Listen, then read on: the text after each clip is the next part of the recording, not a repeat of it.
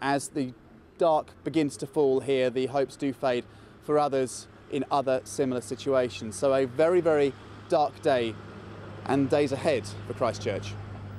Well, that's Andrew Thomas in Christchurch. Kevin, our meteorologist, is with me here in the studio. Looking at the streets, they appear dry, which is, I suppose, one good thing. But what about the temperatures? We're not looking too bad right now. For today and tomorrow, we're looking at temperatures into the 15 to 20 degrees Celsius range.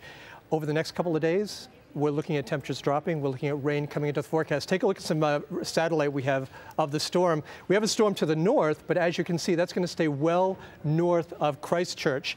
So good news there. But what you're going to see to the south is more rain coming in for parts of the South Island. So that is one thing that they have in their luck, is that the storm is going to stay well to the north. Okay.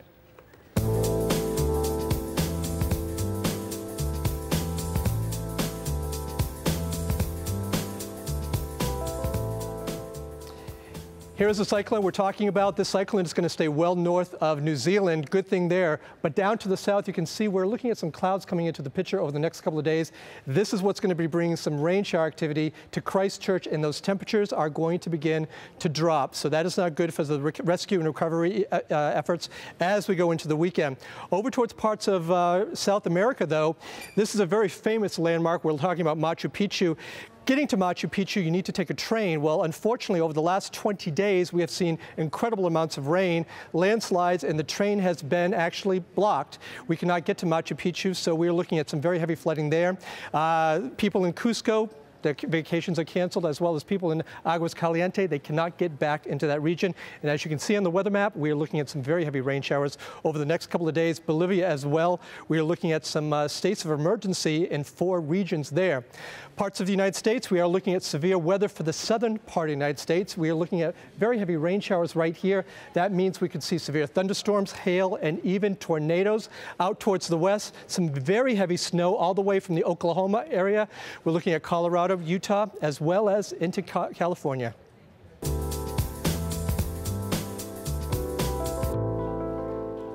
So much of the material that you see out of Libya comes from you people out there, and there's a great deal more pouring in. Nazanin Sadri is awaiting us at the web desk. What have we got coming up?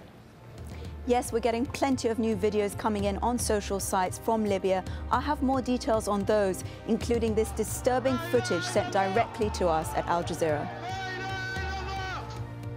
And also coming up, a vigilante sentenced to death, how one double murder highlights tension and discrimination along the US-Mexico border.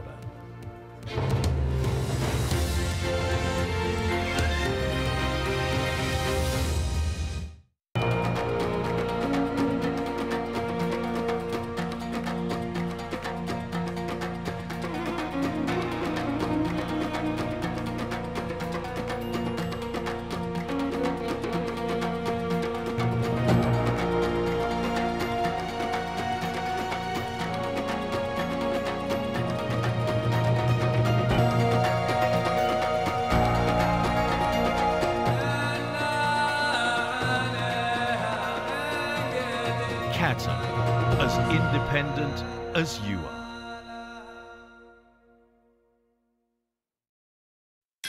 If you're a Nokia user, you can download Al Jazeera's news widget from Nokia's Ovies store. The news widget, available on compatible Nokia devices, gives users quick and easy access to real-time news updates from Al Jazeera English. See the world in real time. Al Jazeera Mobile.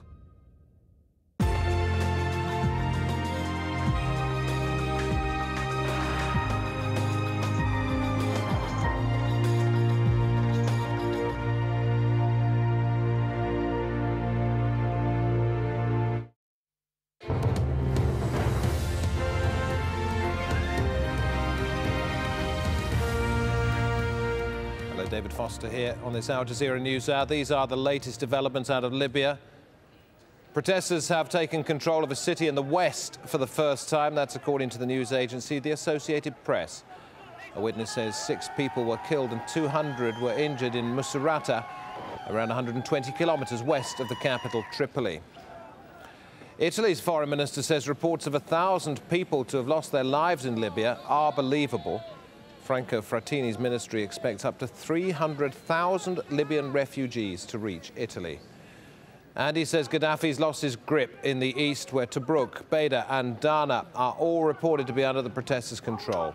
Libyan soldiers in the east have told Reuters they no longer back Gaddafi.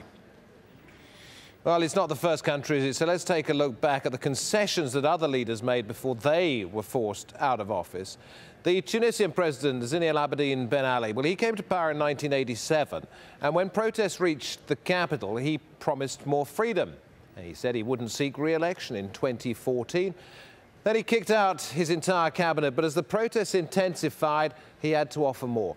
He called for new legislative elections until finally, January the 14th, he fled to Saudi Arabia. Now, Egypt's president, Hosni Mubarak, was in power for nearly 3 decades, and he reacted to the growing unrest in his country by ordering his government to resign. He brought in a new vice president, the first time in Mubarak's 30 years that there had been one of those. He said he wouldn't stand in elections, which were planned for later on in 2011, but insisted he had to stay on to ensure what he described as a peaceful transfer of power. However, after a Supreme Military Council meeting, it became clear that he'd lost support, and he headed off to the Red Sea. February the 10th was his darkest day.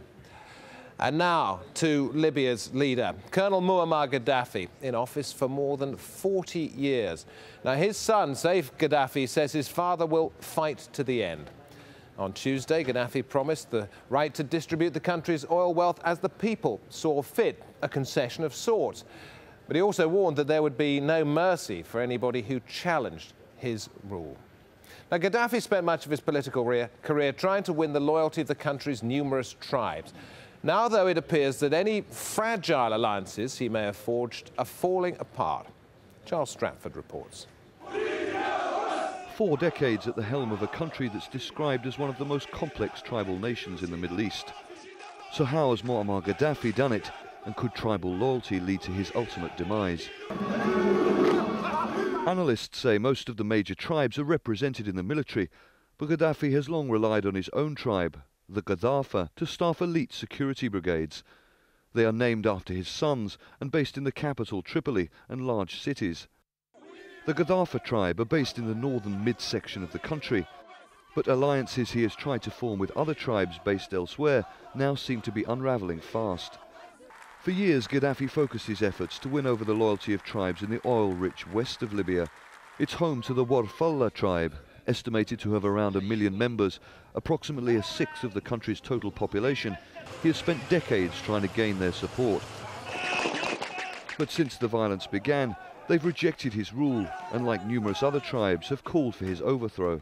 It is quite significant then to know that tribes such as Warfalla and other tribes actually in the country, when they stand up and say, we don't support this regime, it doesn't mean that they supported him in the past. It just means we are going to stand against you, and we're going to stand along the people on the street. We're going to stand along the Libyan people instead.